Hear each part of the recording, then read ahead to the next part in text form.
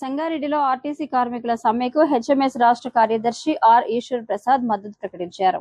తెలంగాణ రాష్ట్రంలో టీఎస్ఆర్టీసీ కార్మికుల నిరవధిక సమ్మె సందర్భంగా సంగారెడ్డి జిల్లా కేంద్ర బస్టాండ్ ఎదుట ఆర్టీసీ కార్మికులు భారీగా ఆందోళన చేపట్టారు. యూనియన్ కు గుర్తింపు ఇవ్వాలని 33 డిమాండ్లు పరిష్కరించాలని డిమాండ్ చేస్తూ కార్మికులు తమ నిరసనను సమ్మెతో వ్యక్తం చేశారు. ఈ న్యాయమైన సమ్మెను హెచ్ఎంఎస్ యూనియన్ రాష్ట్ర కార్యదర్శి ఆర్ ఈశ్వర్ ప్రసాద్ సంఘీభావం ప్రకటించారు. ఆయన మాట్లాడుతూ ఆర్టీసీ కార్మికుల సమ్మె న్యాయబద్ధమైనది. కార్పొరేటర్లకు సబ్సిడీలతో ఎలక్ట్రికల్ బస్సులనిచ్చి ఆర్టీసీకి ఎందుకు ఇవ్వరని ప్రశ్నించారు. వారి డిమాండ్లలో న్యాయం ఉందని తెలిపారు. అలాగే జిల్లా వ్యాప్తంగా ఉన్న అన్ని ట్రేడ్ యూనియన్లు ఐక్యంగా నిలిచి ప్రతిఘటిస్తామని తెలిపారు. ప్రభుత్వం తక్షణమే సమస్యలు పరిష్కరించాలని డిమాండ్ చేశారు. లేని పక్షంలో అన్ని యూనియన్లు కలిసి సమ్మెను మరింత ఉధృతం చేస్తామని హెచ్చరించారు. ఈ కార్యక్రమంలో హెచ్ఎంఎస్ నాయకులు పి కొండారెడ్డి, ఓడిఎఫ్ నాయకులు ఎస్ఎఫ్ రెహమాన్, పి సూర్యకాంత్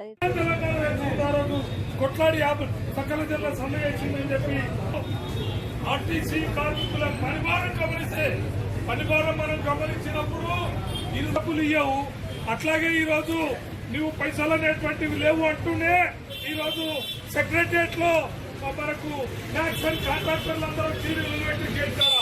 ఏం నొల్లాయా అంటే 14% టీ ట్యాక్స్ అని చెప్పి డిప్యూటీ ముఖ్యమంత్రి 2023లో ఈ కాంగ్రెస్ పార్టీ ఏదైతే వాగ్దానం చేసిందో నేను అన్ని నెరవేరుస్తా, నేను మీ హక్కులను తీరుస్తా అని చెప్పి అధికారంలోకి వచ్చిన కాంగ్రెస్ పార్టీ ఓడదాటిన దాకా ఓడమల్లన్నా, ఓడదాటిన కోడిమల్లన్నా అన్నట్టుగా ప్రవర్తిస్తున్న రేవంత్ రెడ్డి వైఖరి తక్షణం ఈరోజు ఆర్టీసీకి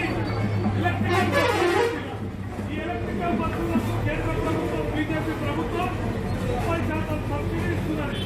సబ్సిడీ ఇవ్వము, కార్పొరేట్లకు ఇస్తామని అనడం 70% అయితే అవుతుంది. ఆర్టీసీ అనేది ఉండదు, ఆర్టీసీ ఉద్యోగం ఉండదు. మొత్తం కార్పొరేట్ల ఎలక్ట్రిసిటీ బస్సులు కార్పొరేట్లకు హ్యాండ్ ఓవర్ చేయాలని కేంద్రం రాష్ట్ర ప్రభుత్వం లేకుంది. ఎవరు చెప్పని చెప్పి హెచ్ఎంఎస్ ఈరోజు వీళ్ళు అడుగుతున్న డిమాండ్ ఏంటి? తెలంగాణ రాష్ట్ర ప్రభుత్వంలో విలీనం చేయాలని.